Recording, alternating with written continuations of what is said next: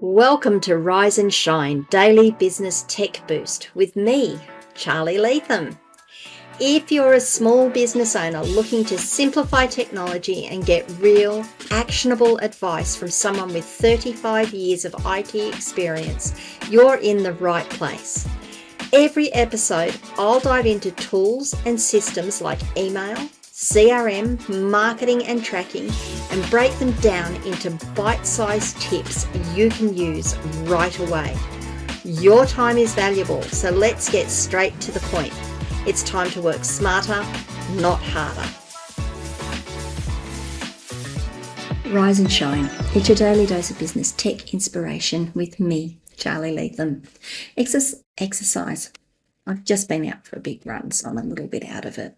Episode number 430. I'm going to be talking about how to add a super admin or an admin to your Microsoft 365 account or your M365 account.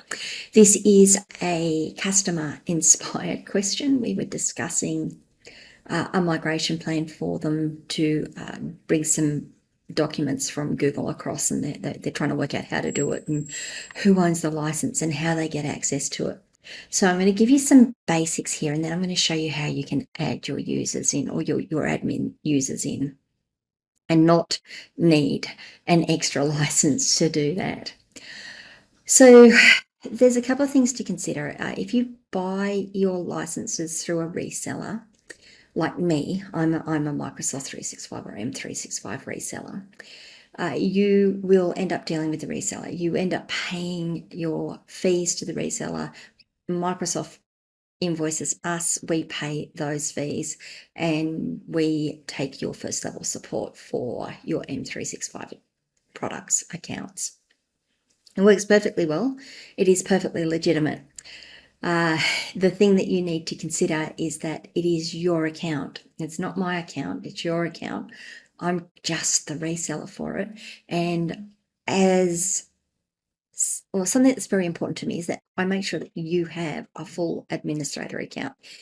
If things go wrong, if things go south, you need to be able to get in and take control of that account, migrate it to Microsoft directly or to a new provider without really having to deal with me. I don't intend for things to go wrong, but it's your account, and I want you to feel like you have that control over it. So that's kind of where we're at. Like, are we on a reseller account? Are we on a direct account? I can't tell just from the outside. They're going to have to log in and have a look, but they're not sure if they've got an admin account. So I thought what I'd do is just go through and show you how to add an admin account. You don't need another Microsoft license to add an admin account. This is something that I think Microsoft does better than both Zoho and Google, because they allow you to create administrator accounts, not require a license. It does mean that you don't get access to email on that license, on that account. You don't get access to any of the apps, but you can get in and manage the account in the back end. And I think that's an important thing. So what I'm going to do is show you how to find the admin panel, how to add the user, and the settings that you need to configure to put on a super admin. So let's cut across to my screen. Okay, so I have logged into my Microsoft account.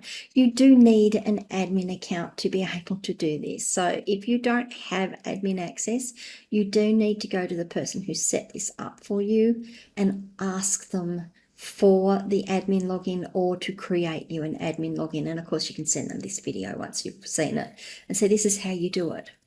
So this is just, I've gone to login.microsoft.com. This is where I've logged into. Yeah, it says Microsoft Copilot and all that at the moment. Not quite sure if I actually have Copilot. I think it's trying to advertise it to me. When you're in this account, you'll see it's giving me all sorts of things here. That's fine. And down the left-hand side, you've got some little widgets. You'll see that you've got an admin widget here. click on the admin panel, and that takes you to admin.microsoft.com. Now, if you can't find the admin widget once you log in, do type in admin.microsoft.com. You will soon find out whether your user that you've logged in on has admin access.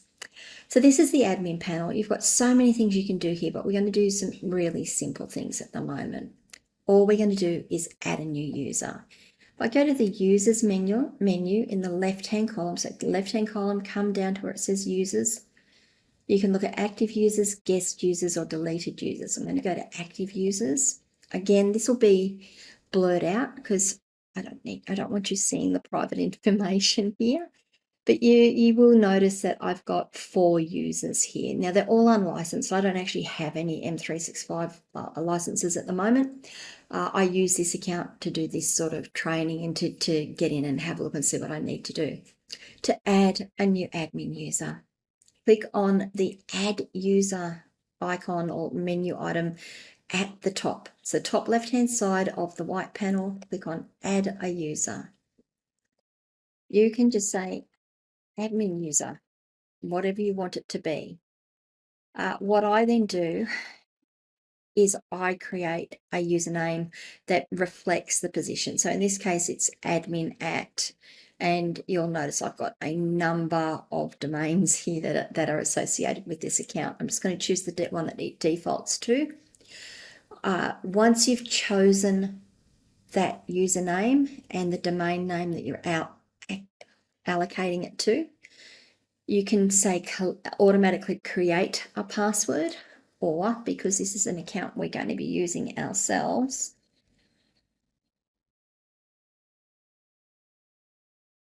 we're just going to type in the username, the password. Just remembering what I've typed in, to be honest. The other thing you can do when you create a user is you can say require this user to change their password when they first sign in. I'm not going to do that because this is my admin user. Click next. You can check their location. I don't have any. Australia's at the top. What do you know? There we go. I don't have any licenses to allocate or assign to this user.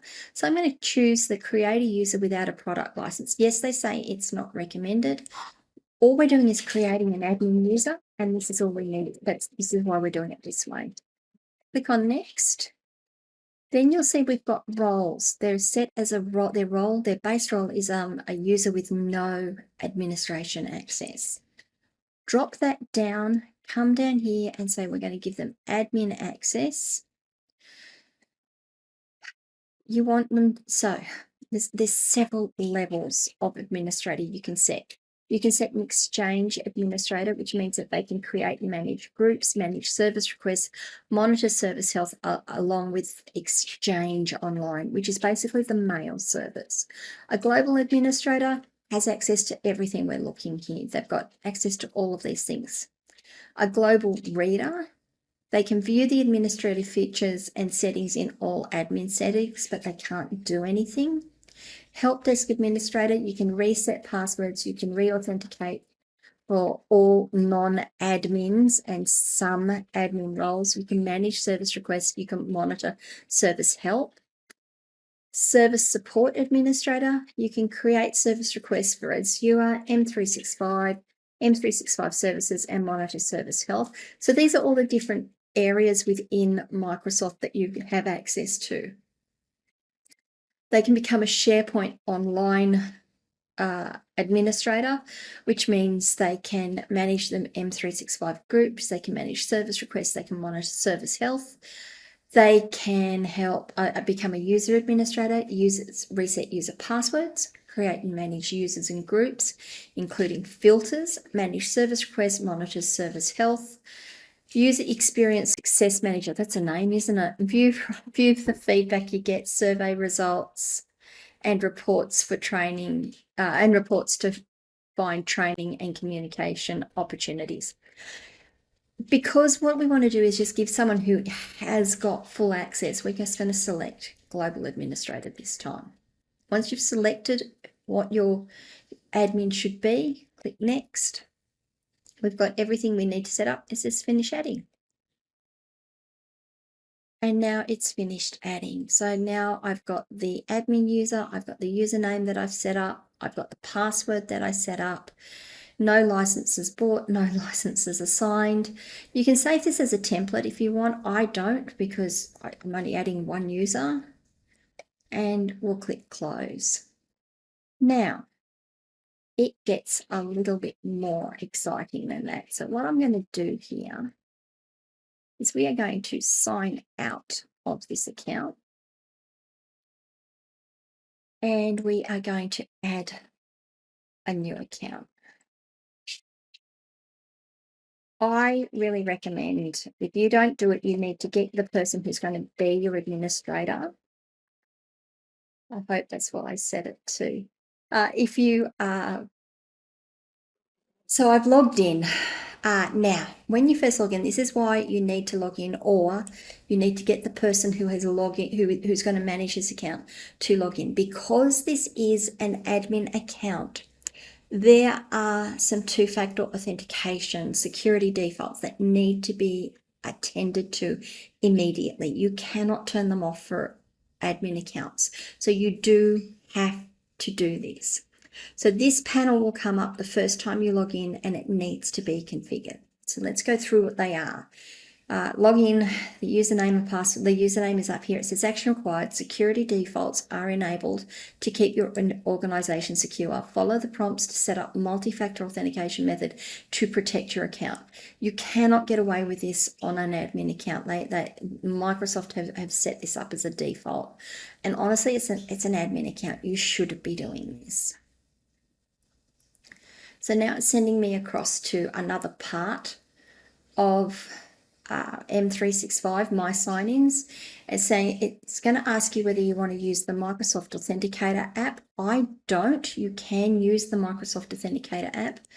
I'm going to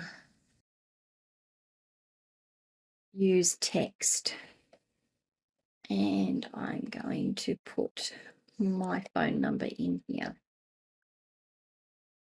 Now, whatever you do, make sure that if you're going to use a phone number, make sure that whoever uses this account has access to that phone number, or it's easy to get access to, because they will ask you to verify every time you log in. So it's just come in as a text message, which is why you see me looking at my phone here. Okay, let's hope that's set up. Now, this might be why Microsoft Authenticator is a better option for your organization, but remember that the accounts tend to be tied to one person, or one person who has access to that verification method. Okay, so now let's set up my default sign-in method as my phone. Click done. And now we are back in, and as you can see, I've now logged in as my new user, as my new admin user, and I have full access to the admin panel. Hopefully that's helpful to you. Hopefully that is helpful. You can certainly send this to your support people and say, create me an admin user, please. Make sure you have an access to an admin user.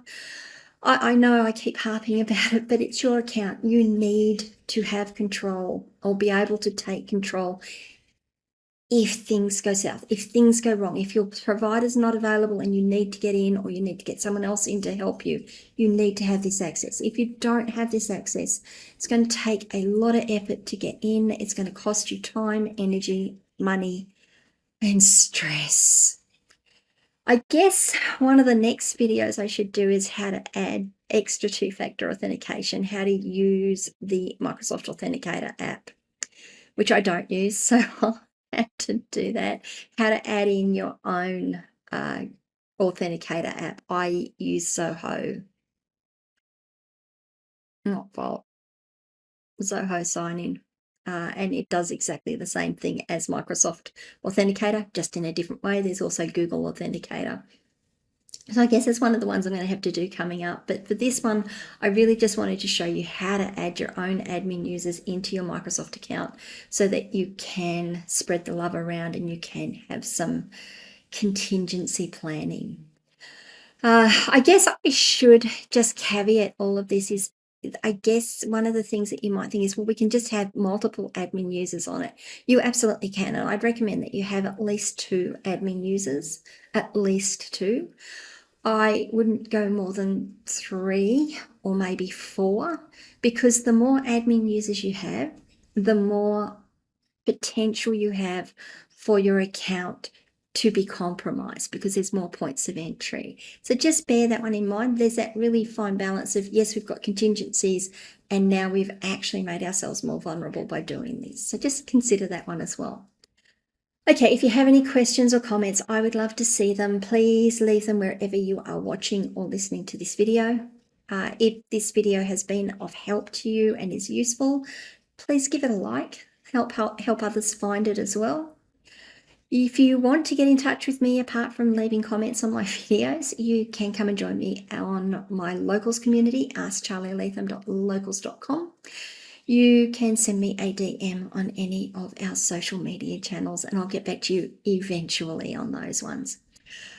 If you haven't already, please subscribe to the channel, ring the notification bell so you find out when I drop more content. And guys, you have a fantastic day, and I'll see you all tomorrow. Bye.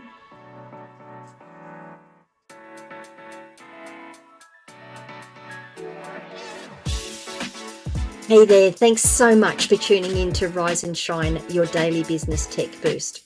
I hope today's episode gave you some actionable insights that will make your business tech work smarter for you. If you found value, be sure to subscribe, leave a review, and share it with other small business owners who could use a daily boost. For more tips, tools, and resources, visit www.askcharlylatham.com. Until next time, keep rising, keep shining, and let's make tech simple together.